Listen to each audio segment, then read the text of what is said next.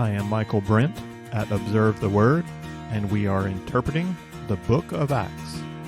Our text is Acts 21:17 through 23:11. Paul has arrived in Jerusalem. He is not beloved by all Christians. He is hated by many Jews. His desire is Christian unity, and he knows that real Christian unity must be grounded in a common core of shared belief. The second movement of Acts Part 6 provides more support for the defense of Paul and his gospel. We see in Paul flexibility in things that are not essential and immovability in things that are essential. He will engage in religious ceremony that he does not believe necessary for salvation to show that he is not advocating the elimination of Jewish tradition. At the same time, he will not back down from a mob when the question of faith in Jesus Christ is at stake. We're following the same structure as the first movement, with a danger avoided, a misconception corrected, and a defense given. As in the last movement, the defense given is lengthy, covering 3 distinct reports. The danger avoided in this movement parallels the danger avoided in the previous movement. There, Paul escaped a mob of pagans angered by the charge Paul was preaching against Artemis and dishonored her famed temple in Ephesus. In this movement, Paul will be rescued from a mob of Jews angered by the charge Paul was preaching against Moses and defiled God's holy temple in Jerusalem. This is Acts 21:17 through 30. After we arrived in Jerusalem, the brethren received us gladly. And the following day, Paul went in with us to James, and all the elders were present. After he had greeted them, he began to relate one by one the things which God had done among the Gentiles through his ministry. And when they heard it, they began glorifying God. And they said to him, "You see, brother, how many thousands there are among the Jews of those who have believed, and they are all zealous for the law. And they've been told about you that you are teaching all the Jews who are among the Gentiles to forsake Moses, telling them not to circumcise their children nor to walk according to the customs." There's more than one misconception about Paul in this section. This is one of them, the misconception that a lot of these Christian believers have about Paul. We notice the reception Paul received from the leaders in Jerusalem, from James and the elders. Luke tells us all the elders were present as Paul told what God had been doing among the Gentiles, and they glorified God. They rejoiced. They're praising. They're excited by the stories of salvation that Paul's sharing. There's no misunderstanding with the leaders, but they know their own people, and they know false rumors have been going on, and this has to do with Christian brothers and sisters. We're not talking right now about unbelieving Jews. The majority of Jewish Christians are still zealous for the law. They have not fully theologically unpacked the implication that Jesus is the end of the law. At the Council of Jerusalem in chapter 15, Jewish leaders rejected circumcision, food laws, and any ceremonial requirement as necessary for answering the first question of covenant: what justifies a person before God? So that decision has been made at the top. And their decision affirmed the gospel claim that you are forgiven fully by what Jesus did. You cannot add to that. You are justified 100% by grace through faith. There is, however, a second question of covenant. How then shall we live, having been fully accepted by grace into relationship with God? That question is messier. We're not called to live up to a standard of acceptance. We're called to live according to God's vision of what true life is. We're called to show our love through obedience to his will. The Mosaic covenant was God's will for those who lived before Jesus. That covenant has ended for Jew and Gentile. Now God's will for obedient behavior from his followers is expressed in the new covenant. The commitment of Jewish believers to the Old Testament scriptures is commendable. They're committed to scripture, and their commitment to the law is a valuable witness to non-believing Jews. But in their Jewish culture, they've not been challenged to work out the implication of freedom that comes along with the new covenant. And it has so much to do with how we're brought up in our religious environment, our cultural environment, to understand what it means to walk with God. If everybody drinks grape juice for the Lord's Supper in your church and in your city and in your region, it's just the thing people do, great, no problem. But as soon as you introduce a European into the conversation, somebody's going to have to ask, why don't we drink wine? What is this value that we have? living as a believer in a society that recognizes Old Testament ceremony as the right way to honor God, where everybody kind of has this general belief, is to be spiritual. Everybody knows you keep Sabbath, you keep food laws, you keep the sacrifices, you go to the feast. Everybody does that. Christian or non-Christian, everybody knows that. Whether they do it or not, they know that's what you're supposed to do. And having no alternatives. These are all Jews pretty much in Judea. So we don't have a strong community of believing Gentiles who are rocking the boat, who are saying, you know what, we need to go back and think of what it really means that Jesus is the end of the law. So they don't have that. And so they don't understand the context that Paul operates in. They haven't been challenged to work out some of the implications of their own faith. Their cultural isolationism makes them susceptible to rumors about Paul.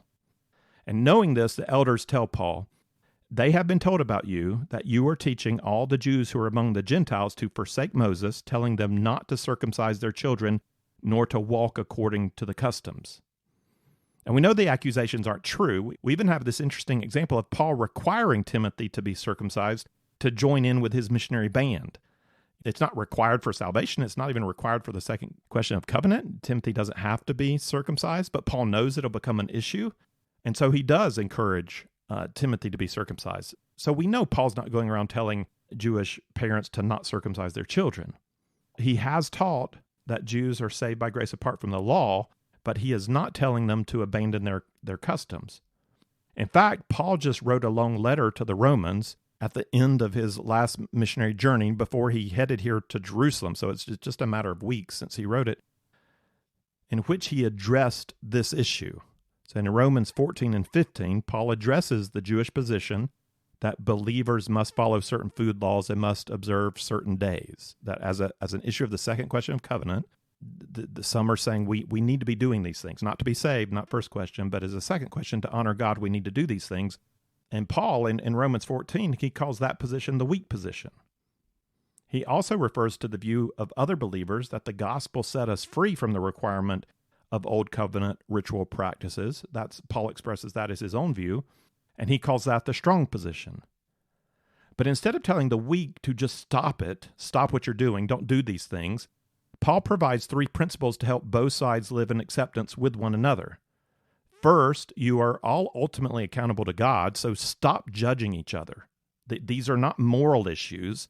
These are issues of ritual and ceremony and what you feel is right in your walk with God.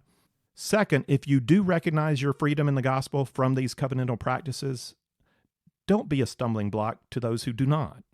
Do not drive them away by your disagreement with their position, and do not tempt them to do something that they understand as sin. Don't be a stumbling block. And finally, third thing, each one of you should act out of faith. If you believe something is sin, do not do that thing. You can ask God to help you better understand his will, and maybe you'll come to a point where you realize that, you know what, it's really not a sin to eat shrimp or drink this wine or eat meat in the market, even though it might have been sacrificed to an idol. Don't believe in that anyway. It's okay. But as you are in the process of coming to understand, act according to your current understanding of the will of God. If you think it's a sin, don't do it. Act by faith. Having just written these things to the Romans before setting sail to Jerusalem, it's very interesting that we get an example here in Acts of Paul practicing what he preached. He told the Romans, do not be a stumbling block when it comes to non-essentials that are not a clear moral issue. You are free not to do these things, but you are also free in the gospel to do them. If you find yourself in a situation where it would be wise and loving to attend temple ceremony, you are free to do that in the gospel. It is not sin. Paul finds himself in that kind of situation, verses 22 to 26. What then is to be done? They will certainly hear that you have come. Therefore do this that we tell you. We have 4 men who are under a vow. Take them and purify yourself along with them, and pay their expenses so that they may shave their heads, and all will know that there is nothing to the things which they have been told about you, but that you yourself also walk orderly, keeping the law. But concerning the Gentiles who have believed, We wrote, having decided that they should abstain from meat sacrificed to idols, and from blood, and from what is strangled, and from fornication. Then Paul took the men, and the next day, purifying himself along with them, went into the temple, giving notice of the completion of the days of purification, until the sacrifice was offered for each one of them. Paul recognizes a value in spiritual disciplines. In 1818, Luke told us Paul had his hair cut because he was keeping a vow. That was a matter of Paul's personal relationship with God, not a ritual ceremony he was bound to observe. And Paul can approach this request in a similar way. He can offer this behavior, this vow to God, and he can give worship through it. He's not advocating the necessity of Mosaic law. He's not even saying that Jews ought to keep these customs. He's recognizing the importance of these customs to thousands of Jewish believers, and he is recognizing the symbolic importance this act provides to show that he's not against Moses. His behavior could certainly be misinterpreted by Jewish believers to support their own theology. That's one of the problems with trying not to be a stumbling block. You do what you can do, but ultimately other people bear responsibility for how they interpret what you do, and you can't control that.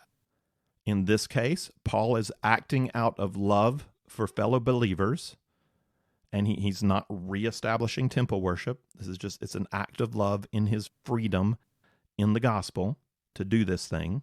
And he's also acting out of his goal to promote Christian unity between Jew and Gentile. That's why he's here in Jerusalem. That's why he brought the money as a gift from the Gentiles to show goodwill to Jewish brothers and sisters. If Christian unity will cost some money and some time and require giving up some personal freedom to perform a ceremony, as in this instance, that's not too big a price for Paul in promoting unity in the essentials of the gospel. We can do these non-essential things if they'll help us to come together in the essentials. And Paul is willing to pay the price even without a guarantee that his gesture will be well received. And that's love. You do what you can do, but you can't guarantee how the other person is going to receive you. So Paul's going to try. We'll never really know how his gesture was received by Jewish believers, because things took a really ugly turn when some non-believing Jews from the province of Asia confronted Paul in the temple as he was concluding the ceremony. Verses 27 through 36. When the 7 days were almost over, the Jews from Asia, upon seeing him in the temple, began to stir up all the crowd and laid hands on him, crying out, "Men of Israel, come to our aid. This is the man who preaches to all men everywhere against our people and the law in this place. And besides, he has even brought Greeks into the temple and has defiled this holy place." For they had previously seen Trophimus the Ephesian in the city with him, and they supposed that Paul had brought him into the temple. Then all the city was provoked, and the people rushed together, and taking hold of Paul, they dragged him out of the temple, and immediately the doors were shut. While they were seeking to kill him, a report came up to the commander of the Roman cohort that all Jerusalem was in confusion. At once he took along some soldiers and centurions and ran down to them, and when they saw the commander and the soldiers, they stopped beating Paul.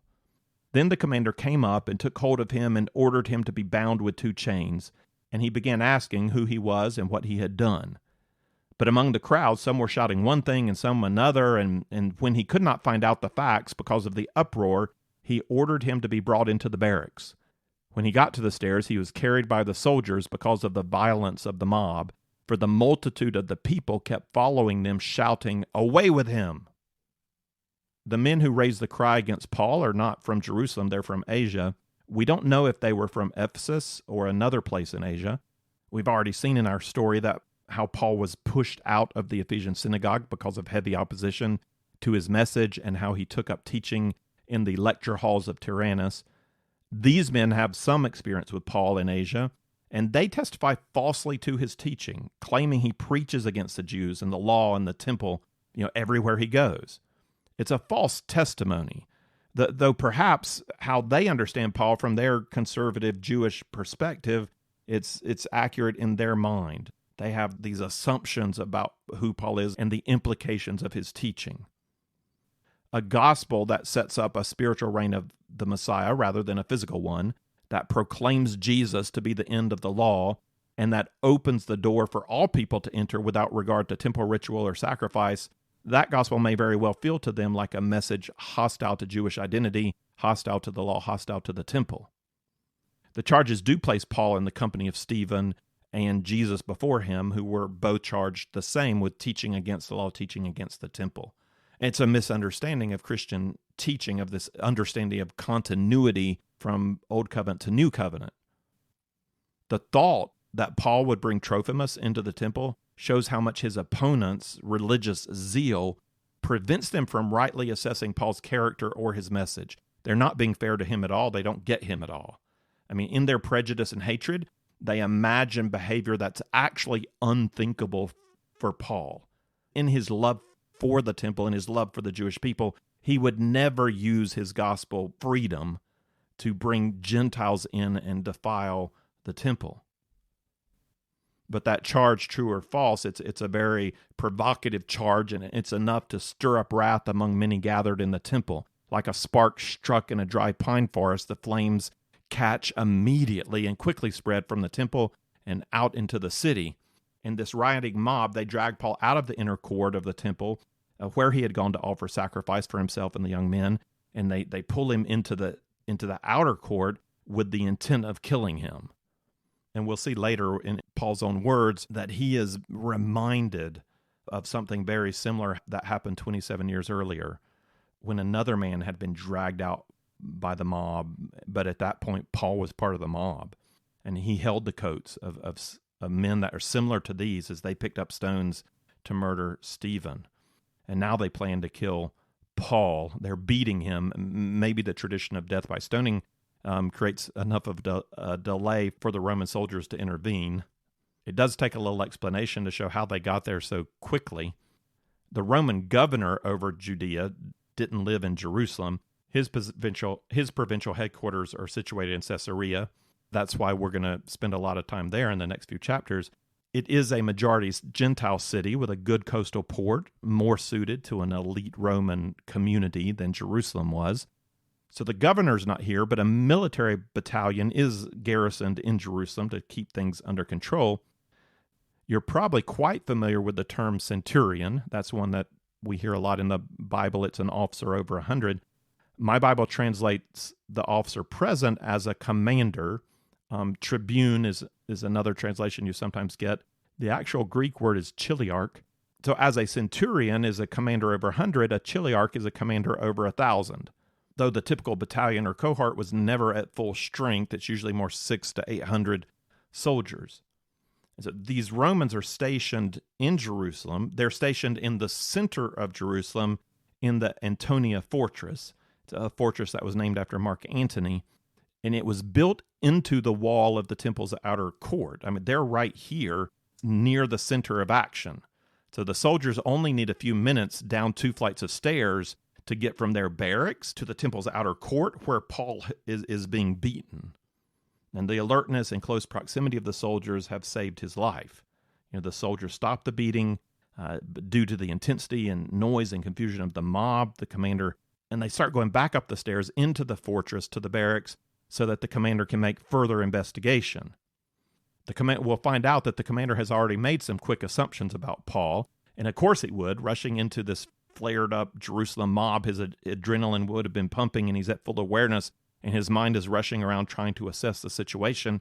What's going on here? How much force do I need to use? I don't want to make things worse, but I'm willing to if I need to. And the assumptions the commander makes, that's going to bring up our misconception that needs to be corrected, which is the second part of our structure for these movements in Acts Part 6.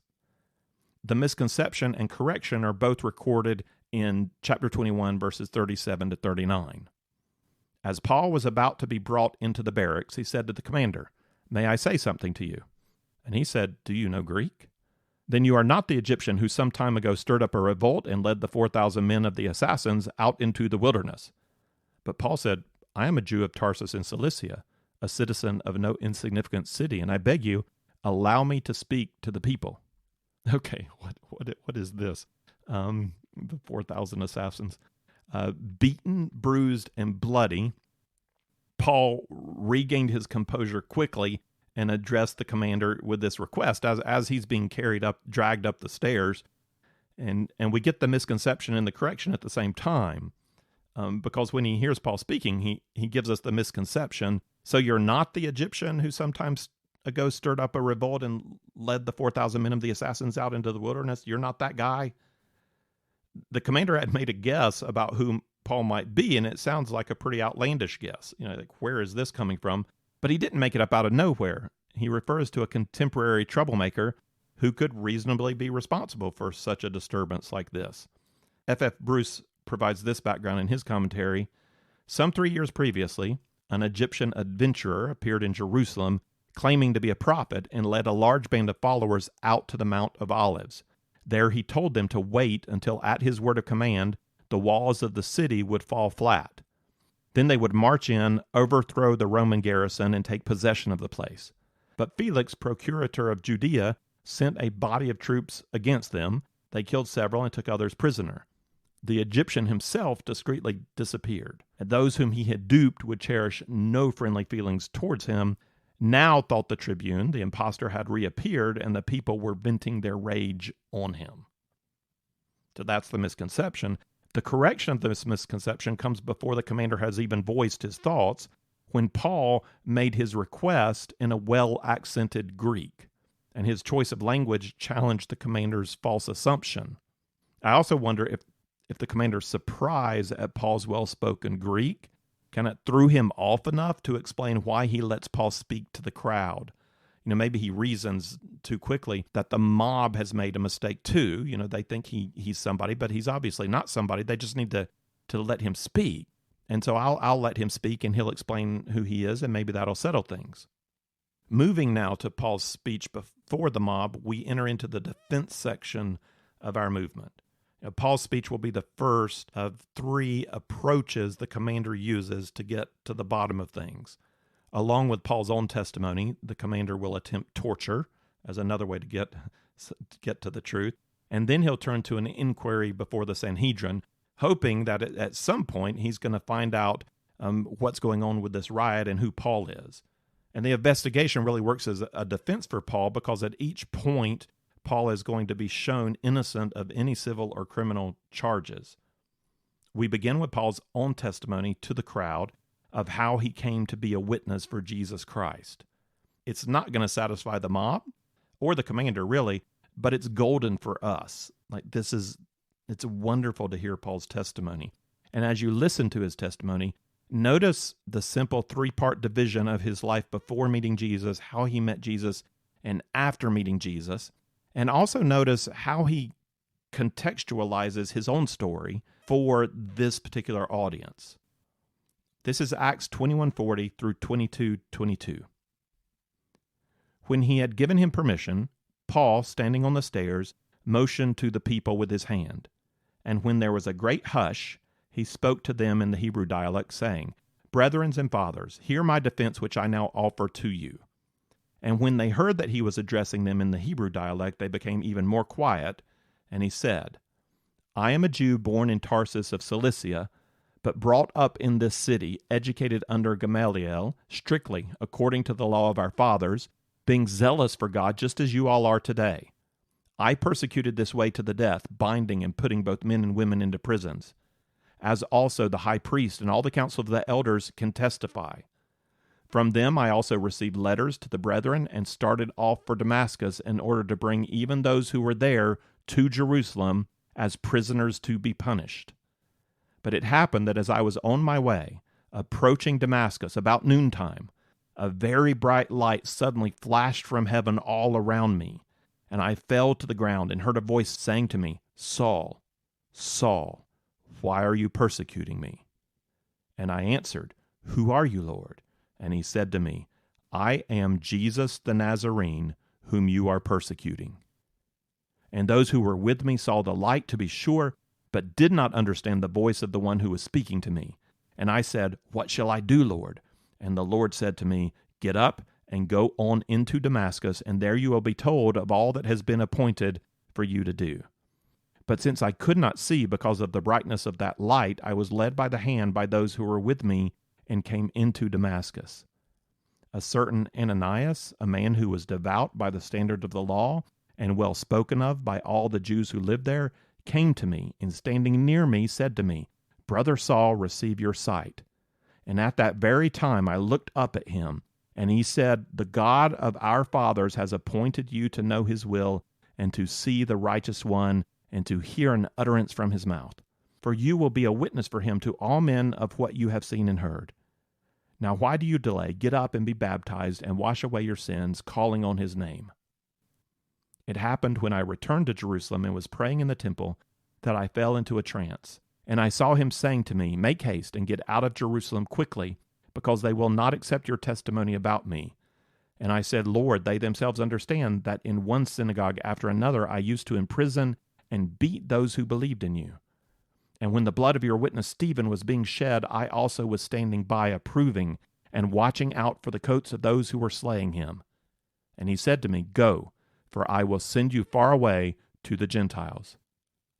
They listened to him up to this statement, and then they raised their voices and said, Away with such a fellow from the earth, for he should not be allowed to live. The text begins, Brethren and fathers, hear my defense, which I now offer to you. Paul is giving a defense. That's the assumption we're using for the end of each movement in Acts Part 6. Here the text says it explicitly. Paul speaks in the Hebrew dialect. And that would be a Hebrew version of Aramaic, the mother tongue of Jews from Judea. Paul doesn't speak in Greek for the Roman commander. He wants to speak to the heart of a crowd. And if you want people to listen to you, if you speak their language, they're much more likely to listen. And the crowd quiets down, and he's able to give his defense in the form of a personal testimony. We've already gone through Paul's history some in chapter 9. That was from the author's perspective, not from Paul's personal perspective. It wasn't first person. We'll get another version of Paul's personal first-person perspective in chapter 26 when he speaks to King Agrippa. Both of Paul's personal testimonies are contextualized to his audience, so we get additional details that Luke didn't include with his introduction of Paul. For example, considering Paul's life before meeting Jesus, we find out here that even though he was born in Tarsus, he was brought up in Jerusalem and educated under Gamaliel, the most famous rabbi of the day. And Gamaliel was so well esteemed, he's referred to with respect in both the Mishnah and the Talmud, the two most important rabbinic texts apart from the Old Testament. We met Gamaliel and saw his wisdom in chapter 5 when he cautioned the Sanhedrin to let the apostles go. Don't, if they're of God, don't stand in the way. Paul's mention of growing up in Jerusalem and studying under Gamaliel is relevant to this crowd of zealous Jews. And he has better credentials than the Jews of Asia who've made the accusation. He goes on to emphasize that he was raised according to the strictness of the law. And that's certainly believable if he studied as a disciple under a rabbi like Gamaliel. His background contradicts the charge that he would so blatantly break the law by bringing a Gentile into the temple. He suggests personal similarity between himself and the crowd. I was zealous just as you all here today. And he means that literally. His life was not the life of a passive religious scholar. He burned with the righteousness of his cause, and he was willing to go to great effort to stamp out Christianity. And just as these are ready to put him to death, in his former life, he persecuted this way to the death, binding and putting both men and women into prisons. He even went so far to get official letters to go to Damascus and bring Christians back to Jerusalem for punishment. That's who Paul was. And he tells it in a way that relates to who this audience is. Then he explains how he met Jesus. Jesus manifests himself to Paul, bathing him, and he's in this very bright light, and Jesus speaks out of the light. And don't worry about comparing your conversion story to Paul. Very few people have such a dramatic conversion story as he did, at least in the literal sense. And it's not surprising. Paul's pretty unique. He's the 13th apostle, one untimely born. It shouldn't bother us that he has this amazing story. But as amazing as the story is, all who believe in Jesus Christ share the underlying reality of this experience. This physically happened to Paul, this great light, and yet the light itself is a metaphor. It's symbolic of a spiritual experience.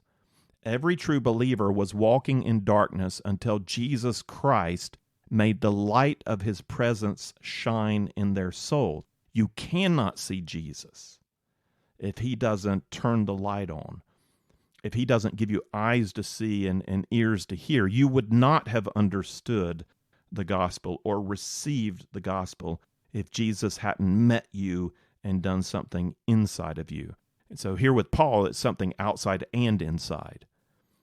Paul shares with this crowd the question that Jesus asked him, Saul, why are you persecuting me? Paul makes the right response to this question. It is the right response whenever a person is confronted by God. He asks, who are you, Lord? I need to know who you are.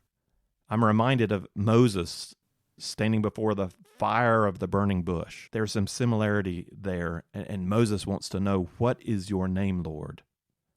That's the most important question any of us can pursue. Who are you, Lord? What is your name? When Paul asked that question, Jesus answered, very specifically for that moment, I am Jesus the Nazarene, whom you are persecuting.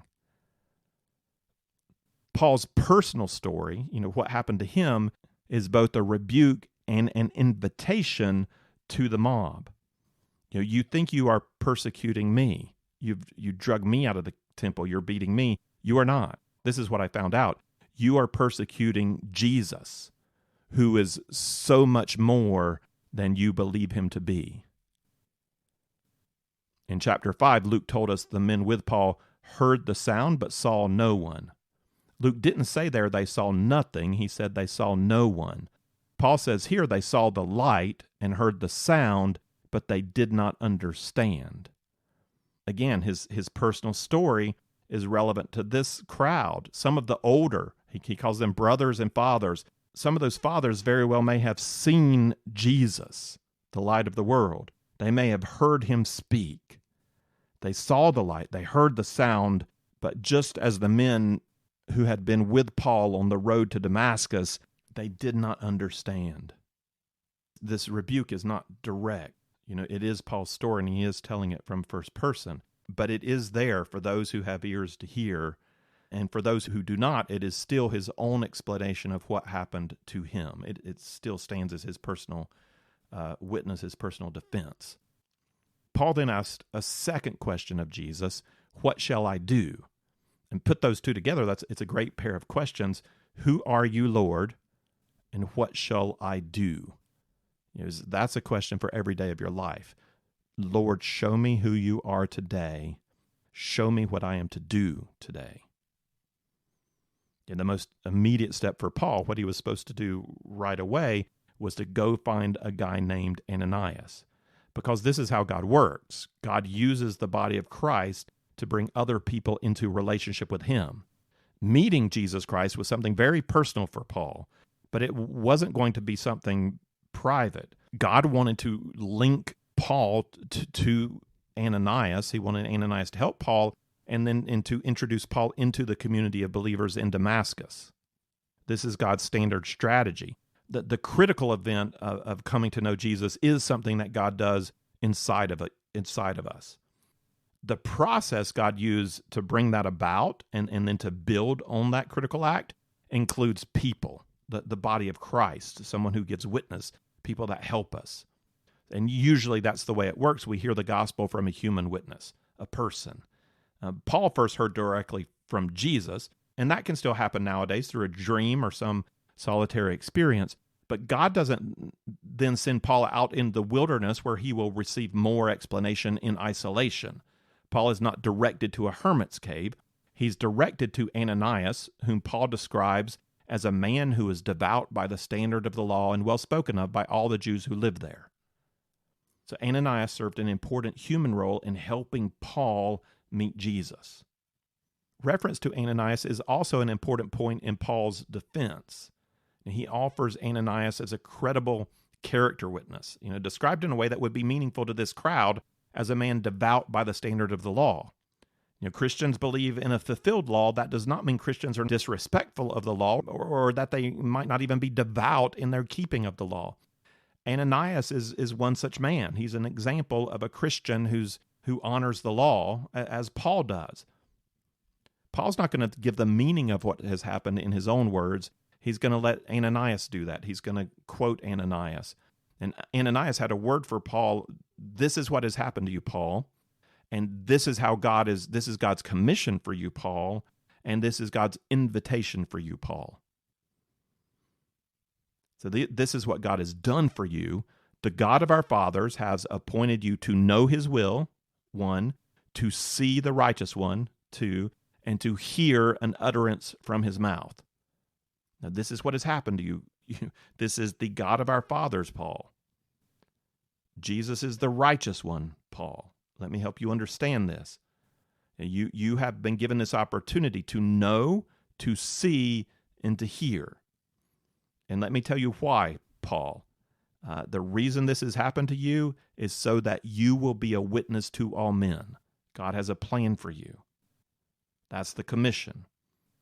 And finally, Ananias invites Paul to express his acceptance by faith, this word that he has received, this vision of Jesus, of who he is, and this commission from God. He says, be baptized and call on his name, and then your sins will be washed away. And of course, we know from Acts and Paul's other teaching that baptism as a work doesn't wash away sin, but baptism here is this opportunity for Paul to affirm his new faith in Jesus. If you have believed, if you receive the name of the one who has appeared to you in light and who has shown himself to you, and you receive his commission to go and be a witness for his name, if you yield to Jesus and accept his salvation and accept his forgiveness, then your sins are washed away. And you can express your acceptance of that through baptism. It is a right expression of your newfound faith. All right, so this is how Paul met Jesus. Paul continues with just a little bit about how his life changed after meeting Jesus. And as with all three versions of the story recorded in Acts, Paul skips ahead quickly from Damascus to Jerusalem. We only hear that he spent a lot of time in Arabia in his letter to the Galatians. But Paul is keeping this testimony very brief, and he wants it to be relevant. God indicated to Paul more than once that he was to be an apostle to the Gentiles, and at least one of those times God spoke to Paul in a vision, and the circumstances of that vision are very relevant for this audience. The fact that it took place in Jerusalem is very relevant. Even more relevant, it took place while Paul was praying in the temple. It shows that Paul saw the temple as a place to worship, and he's praying there, and he met with God there. And even more relevant, in that vision, all these years ago, Paul confessed to God his role in the death of Stephen, a man killed by a mob just like this one. Paul said to God, when the blood of your witness Stephen was being shed, I also was standing by approving and watching out for the coats of those who were slaying him. Again, Paul's personal testimony, his own sin, serves as a rebuke to his former way of life. He was convicted, but it also provides an opportunity of conviction for the crowd in front of him. I was where you are now. I participated in a mob in this temple against a Christian teacher, just as you're doing now, and we killed him. And I was there, and I did that. But I've come to understand that Stephen knew what I did not know. When the heavens opened up, he heard the voice of God. He saw the face of God, and that was real. Stephen was a true witness. Now I have seen God. I have met Jesus, and this is what he said to me. Go, for I will send you far away to the Gentiles. And we don't know the emotion of the crowd up to this point of the speech. I imagine anger was simmering in the hearts of the majority. They don't know where Paul's going to go with this. They don't trust Paul. All of Paul's bridging allusions, the connections to the law and the temple may have worked with a more neutral crowd. This crowd is already stirred up with religious hatred. So when Paul got to his commission to go to the Gentiles, they heard rejection of Jewish identity, rejection of Jewish religion, rejection of Jewish culture. Their anger boiled over. They listened to him up to this statement, and then they raised their voices and said, away with such a fellow from the earth, for he should not be allowed to live. They shout that he must die. Based on what crime? What has Paul done? Paul's personal testimony is offered to us as the first point in his defense. It did not, however, clear things up for the commander. He's still left wondering what all the anger's about. What has this Paul done? To get more information, he moves to the second stage of his investigation, examination by scourging. This is in verses 23 to 29. And as they were crying out and throwing off their cloaks and tossing dust into the air, the commander ordered him to be brought into the barracks, stating that he should be examined by scourging so that he might find out the reason why they were shouting against him that way. But when they stretched him out with thongs, Paul said to the centurion who was standing by, "Is it lawful for you to scourge a man who is a Roman and uncondemned?" When the centurion heard this, he went to the commander and told him, saying, "What are you about to do? This man is a Roman."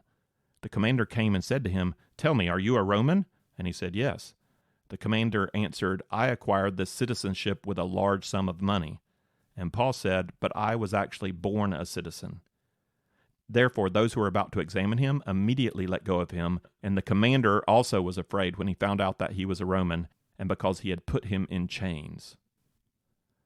Paul has a habit of not flaunting his Roman citizenship. He holds that card close to his chest until things have already taken a turn for the worst. The strategy of holding on to that knowledge until after the authorities have overstepped their legal boundaries worked out for Paul in Philippi, where he actually was tortured. It works here too, preventing him from being tortured. The law requires a Roman trial before scourging a Roman citizen.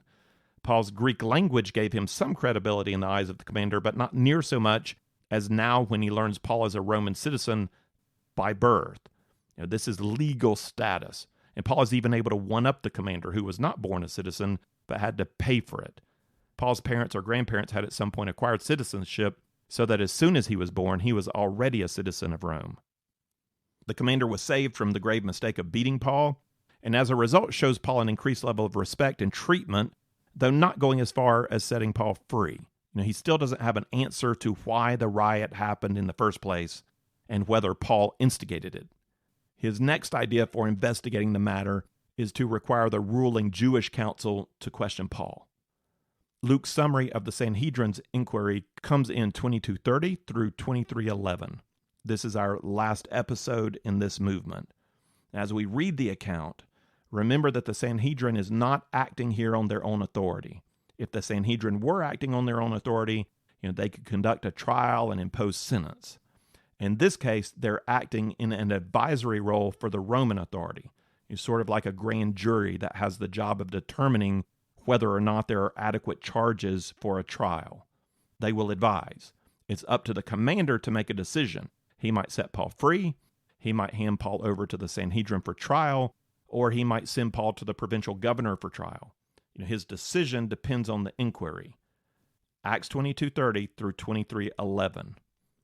But on the next day, wishing to know for certain why he had been accused by the Jews, he released him and ordered the chief priests and all the council to assemble and brought Paul down and set him before them. Notice that language, wishing to know for certain why he had been accused by the Jews. That's the commander's goal in bringing Paul to the Sanhedrin, is to answer that question. What's going on? Paul, looking intently at the council, said, "Brethren, I have lived my life with a perfectly good conscience before God up to this day." The high priest Ananias commanded those standing beside him to strike him on the mouth. Then Paul said to him, "God is going to strike you, you whitewashed wall. Do you sit to try me according to the law, and in violation of the law order me to be struck?" Paul's response is fiery than Jesus' response. In a similar situation, the same point is scored. Striking Paul is contrary to Jewish law. How can the high priest represent the law justly if he perverts the law in the course of his inquiry? But the bystanders said, "Do you revile God's high priest?" And Paul said, "I was not aware, brethren, that he was high priest. For it is written, you shall not speak evil of a ruler of your people." Now, I can't imagine that Paul is saying he doesn't visually recognize the high priest. I think we have to assume Paul knows who the high priest is. So what is he saying? When he says, "I was not aware that he was high priest." I think he may be saying two things at the same time. First, I think he's using sarcasm to point out the unjust behavior of the high priest, who would so easily break Jewish law in having Paul struck. This high priest is acting like a Roman ruler. He's even worse than a Roman ruler. So Paul's language back is sarcasm. I didn't realize, how could he be the high priest if he orders me to be struck? And it's enhanced by Paul quoting the law back to his accusers. The quote he chose suggests a second point. I think Paul is referring to someone else when he says, "You shall not speak evil of a ruler of your people." I think he's implying that the right ruler of Israel is Jesus Christ. He is both king and high priest. These men are stewards who refuse to accept the return of the king and the establishment of a new priesthood. To say I was not aware he was high priest could carry the meaning, because I recognize another high priest of the order of Melchizedek, Jesus Christ of Nazareth. Anyway, that's what I think Paul meant by that. But perceiving that one group were Sadducees and the other Pharisees, Paul began crying out in the council, "Brethren, I am a Pharisee, a son of Pharisees. I am on trial for the hope and resurrection of the dead." And as he said this, there occurred a dissension between the Pharisees and Sadducees, and the assembly was divided. For the Sadducees say that there is no resurrection, nor an angel, nor a spirit, but the Pharisees acknowledge them all. And there occurred a great uproar, and some of the scribes of the Pharisaic party stood up and began to argue heatedly, saying, "We find nothing wrong with this man. Suppose a spirit or an angel has spoken to him." And as a great dissension was developing, the commander was afraid Paul would be torn to pieces by them, and ordered the troops to go down and take him away from them by force and bring him into the barracks. Paul doesn't see any good reason to allow the leaders of the Sanhedrin to investigate him any further. I believe he fully knew what he was doing by claiming his affiliation with the Pharisees and introducing the question of the resurrection as the primary issue. He successfully divided the council by reminding the Sadducees and Pharisees of their deep-seated differences, preventing them from having a joint attack on Paul. So Paul derailed the investigation. I think he was doing some other things at the same time. He successfully turned the question of inquiry to religious disagreement. And this is a point for the commander. This strategy had already been shown to work in Paul's favor against Jewish opponents when he stood before Gallio, the governor of Achaia, who rebuked the Jews for bringing Paul to trial, saying, "If it were a matter of wrong or a vicious crime, O Jews, it would be reasonable for me to put up with you. But if there are questions about words and names in your own law, look after it yourselves. I'm unwilling to be a judge on these matters." And the commander is going to eventually communicate a similar understanding to Felix, governor of Judea. I can't figure out any criminal charge against this man, Paul. A second thing Paul has done here is to keep the conversation focused on the critical point of faith that Jesus Christ has risen from the dead. And this is my last point for this lesson. Paul did not select the resurrection as the point of debate simply because Pharisees and Sadducees disagree about it. No, the resurrection was a central point of the debate already. It is an essential aspect of Paul's gospel that he will not let go of. It's not only the general belief of the resurrection that's critical to Paul's gospel, but the specific belief that Jesus Christ has raised from the dead, which is central.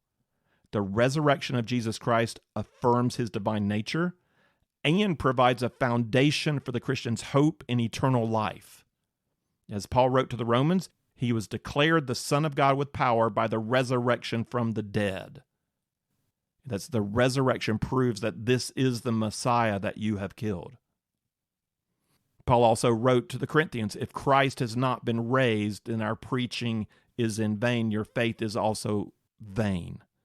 If Jesus is not raised from the dead, there is no hope that you will be either. In providing a defense of Paul, Luke is also providing a defense for the gospel of Paul. The resurrection of Jesus Christ is not debatable. It is an essential Christian belief. To deny the resurrection of Jesus is to not be Christian. This is one of those essentials on which Paul is immovable. You don't have Christian unity without agreement on this issue. There cannot be Christian unity without agreement on this belief, because if you disagree about this belief, you're rejecting the Christian gospel. We end our lesson with the last verse of this movement. It's been 2 stressful days for Paul, beginning with the danger of the riot, followed up by the misconception of the commander, and then the defense by personal testimony, by the threat of scourging, and by an inquiry before the Sanhedrin. Paul survived, but we could understand if he was depleted and shaken and worried. Jesus understands, and so he appears to Paul. This is our last verse. But on the night immediately following, the Lord stood at his side and said, "Take courage, for as you have solemnly witnessed to my cause at Jerusalem, so you must witness at Rome also." If you would like the text of this lesson with some reflection questions, or if you'd like to see some overview charts that go along with our study of the book of Acts, then check out our resource page at observetheword.com. You can also find there our previous series on the book of Romans, the Pentateuch, and the Gospel of John.